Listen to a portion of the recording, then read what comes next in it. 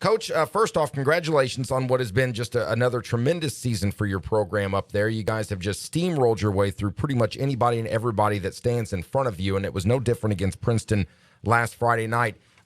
Is it safe to say this team may be playing with a bit of a chip on its shoulder, considering how the season ended for them last year? I think that was certainly a driving force of motivation for us in the off season. But I think it's more of the fact, and I do think we're playing with a chip on our shoulder, but I think that's more of a fact to do that we got 32 seniors, and these guys know that it's their last go around, and a lot of guys that have played a lot of football for us. So the chip that I think that we have, I think comes a little bit more from that, knowing that this is kind of the last shot for those guys. Well, you had made a comment to Pat Hickey of the Evansville Courier and Press where you said you felt that this team was probably the best one you've had in your time there at Gibson Southern, and you've not been there for very long. It's been 4 years now. What has set this team apart compared to the teams of the past for you? I just think our experience, this senior group, it's got 3-4 year starters on it that started our first year here, and then 10 of our current seniors were starting as sophomores in the semi-state against Verbuff 2 years ago. So, it's a lot of the same guys that we've been playing throughout our time here. Now they're just 18 years old, and they look like 18-year-olds. They're bigger and stronger and faster, and then have all that starting experience as well. We're talking with Nick Hart, Gibson Southern Titans head football coach on Menard Studio Hotline. It's Ford and O'Brien on ESPN Evansville 105.3. Online at ESPN.evansville.com. Coach, been a lot of hype about your offense this season, rightfully so. Nick Sellers has been outstanding all year long. You've had no problem at all putting points on the board. But with all the high-flying circus acts going on the offensive side, the defense gets overlooked every now and then. You got a pretty good one over there in Fort Branch in the defensive side of the ball as well. You've got 4 shutouts this year and 3 other games that you allowed just 7 points. Let's touch on this defense a little bit. They're outstanding. Well, I think our defense is phenomenal. The past 2 weeks, we probably didn't play our best in the opening round of the sectional against Vincennes on the defensive side, but since then, both Sullivan and Princeton were averaging about 40 points a game, and our starting defense left the field, with a shutout intact. So I think, our defense is overlooked, and they're playing really well. And again, it goes back to our experience a little bit. And I've coached at bigger schools, but I don't know if I've ever seen this scouting other teams or our own. We started 11 seniors on defense, which is really something special, and those guys have had a phenomenal year. Well, I know it's still this season, but what's the crop look like coming up? Because you got a whole lot to replace. It sounds like, not that it can't be done, obviously, but JV freshman level, you've been there 4 years now, so basically, a college coach or somebody like that says, okay, now I got my 4 years in. This is my recruiting class coming in. What's the feeder program look like there feeding into your varsity level now that you've been there long enough to kind of instill what you want? We're very happy with where we're at. Our JV went undefeated this year and had wins over, Rice and Henderson and some bigger schools. And our freshman team, I think, went 6-2, again, playing some bigger schools because not everybody on our schedule has a freshman schedule. So, we're really happy with our young kids, and I think it's, they get to go against these guys every day in practice, running scout team stuff, and that only makes them better. And, I've told a lot of people, I think, there's definitely a handful of kids, if not more, that on normal years for us would be starting right now. But, we have so many seniors and guys that are 3-year starters that they haven't been able to crack the starting lineup, and that puts them on the JV team. And so, we're not going to have a ton of returning starters next year, but in our eyes, we kind of do, because we think that those guys would have started for us in most years. Well, you've mentioned already this team being the maturity of it, bigger, faster, stronger. I'd seen in that same article from Pat Hickey, your defense as a whole averages a 4.7 40. So that's pretty good. playing on turf this year, you guys got the brand new turf out there.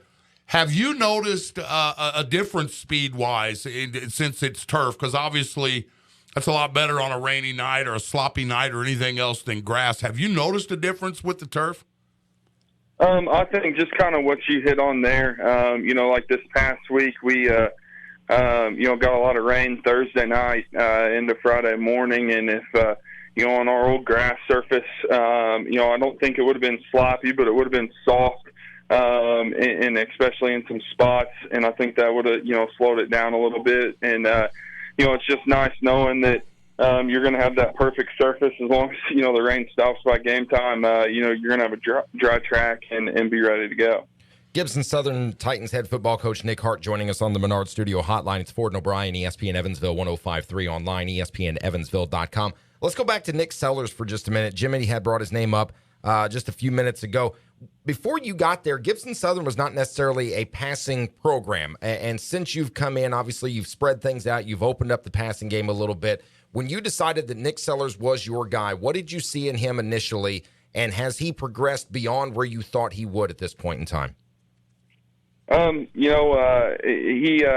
first year, Jordan Scheller was the quarterback, and Nick, quarterbacked the freshman team. And, we had a little bit of a quarterback competition going into Nick's sophomore year, and it was apparent pretty fast that he was going to be our guy, and I probably drug the competition out longer than it needed to. But I think the biggest thing about Nick is he loves football as much as any football player I've been around, and you want that gym rat type of guy as your quarterback, and he's the hardest worker in the weight room, the hardest worker on the practice field, and he's just an excellent leader. And I think those were kind of the first things, that he did well. And then, he's continued to improve accuracy. And, I happened to just look today. He completed, 59% of his passes as a sophomore, and he's at like 76.5% this year. So, he's continued to work to make himself a better football player as the years have gone on.